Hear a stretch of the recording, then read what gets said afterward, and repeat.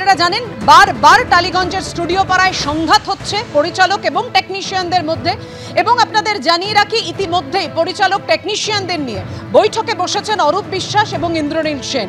আমরা কথা বলবো, আমাদের সঙ্গে রয়েছেন আমাদের দুই প্রতিনিধি কৃষ্ণেন্দু অধিকারী এবং অতস্বী মুখোপাধ্যায়। প্রথমেই কৃষ্ণেন্দু, তোমার কাছে জানতে চাইবো কোন পথে এগোচ্ছে আলোচনা, জট কি কাটতে চলেছে? দেখো, এখনো পর্যন্ত যা পরিস্থিতি তাতে জট কাটার সম্ভাবনা কোনো নেই, কারণ রাজ্যের দুই মন্ত্রী অরূপ বিশ্বাস এবং ইন্দ্রনীল সেন তারা আজকে এসছেন, টেকনিশিয়ানসদের সঙ্গে কথা বলছেন। 7 জন টেকনিশিয়ানসদের প্রতিনিধি তারা গেছেন, এমনকি যারা ডিরেক্টরস তাদের তরফ থেকে 5 জন গেছেন, এবং প্রায় 1 ঘন্টার বেশি সময় ধরে বৈঠক হচ্ছে। কিন্তু যে সংঘাত পর্ব চলছে সেই সংঘাত পর্ব থেকে কেউ নিজের দাবিতে তারা অটল, কেউ এক পাও পিছিয়ে আসতে রাজি নন। তুমি জানো যে একাধিক পরিচালক তারা অভিযোগ করছেন যে সামান্যতম কারণে তাদের টেকনিশিয়ানস পাঠানো হয়নি, এমনকি তারা প্রস্তুতি নিয়েও তাদের যে সিরিয়ালের শুটিং বা টেলিফিল্মের শুটিং তারা শুরু করতে পারেননি, এবং তারা দীর্ঘদিন ধরে সেই অবস্থায় বন্ধ হয়ে আছে। আবার অন্যদিকে ফেডারেশনের তরফ থেকে বারবার অভিযোগ করা হচ্ছে যে তাদের যেভাবে আচরণ করা হচ্ছে সেটা তাদের নিয়ম নীতি না মেনে আচরণ করা হচ্ছে। অর্থাৎ এই যে দ্বৈরথ দীর্ঘদিন ধরে চলছে, সেই দ্বৈরথের সর্বশেষ ফল হচ্ছে আজকে শুটিং পর্ব বন্ধ। অধিকাংশ স্টুডিও পাড়ায় আজকে কিন্তু শুটিং বন্ধ, মূলত যেগুলো সিরিয়ালের শুটিং হয় সেগুলো বন্ধ ছিল। কোথাও কোথাও পরিচালক ছাড়াও শুটিং হয়েছে, কোথাও কোথাও আবার যেটা কল টাইম তার চেয়ে ঢের দেরিতে মেকআপ শুরু হয়েছে। সব মিলিয়ে যে পরিচিত ছবি আমরা টালিপাড়ায় দেখতে পাই বা টালিগঞ্জ পাড়ায় দেখতে পাই, সেই ছবি কিন্তু আজকে একদম ছিল না।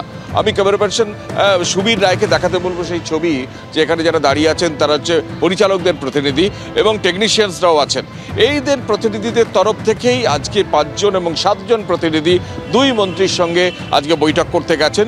যদিও বৈঠকে যাওয়ার আগে ইন্দ্রনীল সেন দাবি করেছেন যে এই বৈঠক ফলপ্রসূ হবে, তো আপাতত যা পরিস্থিতি এখনো পর্যন্ত যা পরিস্থিতি, এই বৈঠক আগেও আমরা দেখেছি, এবং সেখানেই তো প্রশ্ন যে বারবার কেন সংঘাতের মতো পরিস্থিতি তৈরি হয় টেকনিশিয়ান এবং পরিচালকদের মধ্যে। তুমি আমাদের সঙ্গে থাকো, আমাদের অপর প্রতিনিধি অতস্বী মুখোপাধ্যায় রয়েছে। অতস্বী, এই যে কিছুক্ষণ আগেই কৃষ্ণেন্দু বলছিল যে স্টুডিও পাড়ায় যে প্রতিদিনের চেনা ছবিটা যে গমগম করে স্টুডিও পাড়া, সেটা আজকে অমিল ছিল। প্রকৃত ছবিটা কি ছিল?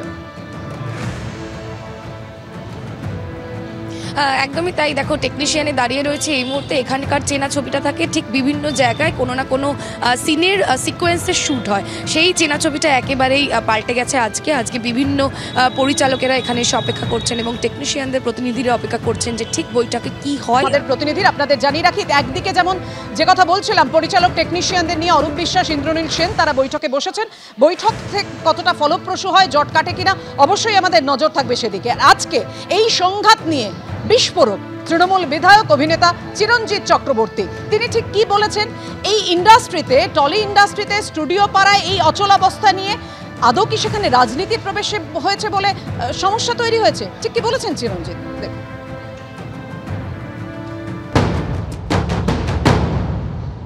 রাহুল গত বছরে যাকে নিয়ে একটা ঘটনা ঘটেছিল, বন্ধ হয়েছিল, স্ট্রাইক করেছিল এরা ডিরেক্টরস গিল্ড, সেই রাহুল নাকি আমি যা খবর পেলাম তাতে সে নাকি এখনও একটাও কাজ পায়নি, তাকে কেউই কাজ দিচ্ছে না।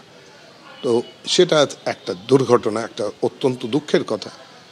তো আমি যেটা চাইবো সেটা হচ্ছে যে যদি এটা কোনো কারণে কোনো পলিটিক্যালি বায়াস হয়ে যায় জায়গাটা, যে কোনো জায়গা, সেটা শিক্ষাক্ষেত্র হোক, অন্য যে কোনো শিল্পের ক্ষেত্রে যে কোনো জায়গায় হোক, তাহলে সেটা অনভিপ্রেত, আমরা কেউ চাইব না। ফেডারেশনের কথা বলছে, সেই ফেডারেশনের মাথায় তো একজন রাজনৈতিক ব্যক্তিত্ব আছে। হ্যাঁ, রাজনৈতিক ব্যক্তিত্ব বলে কিন্তু কথা হয় না। অ্যাকচুয়ালি যে কোনো জায়গায় একজনই প্রিন্সিপাল হয় কোনো কলেজের, সেও রাজনৈতিক, তার একটা মতবাদ থাকতে পারে, ব্যাপার ভেতরে থাকতে পারে। সেটা নিয়ে উত্তেজনা নয়, উত্তেজনা হচ্ছে রাজনীতি, বৃহৎ রাজনীতিটা ঢুকে পড়লে মুশকিল হবে। বড় রাজনীতির ক্ষেত্রটা যদি এইখানে ঢুকে পড়ে, সেটা হয়তো ঢুকছে, আই ডোন্ট নো, কিন্তু সেটা একেবারেই আমরা চাইবো না, কারণ সেইটা ঢুকে পড়লে তখন প্রবলেম। সেটা যে পক্ষেই ঢুকুক না কেন, যদি ক্যামেরাম্যান গিল্ডেও ঢোকে, অন্য জায়গাতেও ঢোকে, ডিরেক্টর্স গিল্ডেও ঢোকে, আমি কোনোটাই চাইবো না। মমতায় যেটা পারেন করতে, কতবার করেও দিয়েছিলেন, ওটাকে সলভ করেছিলেন, কিন্তু সেই সলভের ফলে সেই ছেলেটা কিন্তু কাজ পায়নি এখন, এটা খুব দুঃখের।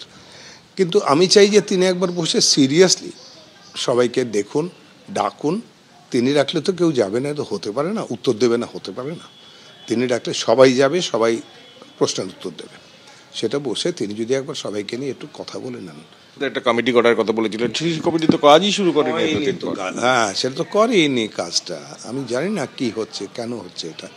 তো সেটার জন্য আমি আবেদন করব, নিবেদন করব একজনকেই, যিনি সব পারেন করতে, যিনি একটা আমাদের এই ছোট্ট ইন্ডাস্ট্রি যেত গিয়ে ওইখানে গিয়ে সামিটে গিয়ে তো আমরা গ্লোবাল সামিটে গিয়ে তো আমরা বলতে পারি না আমাদের 2000 কোটি দাও, এ তো হয় না, এরকম হয়তো কিছু করা যাবে না এখানে। তিনি সেখানে লক্ষ লক্ষ কোটির পসিবিলিটি তৈরি করছেন, প্রচুর কাজ তার হাতে, তার মাথায় অনেক কথা।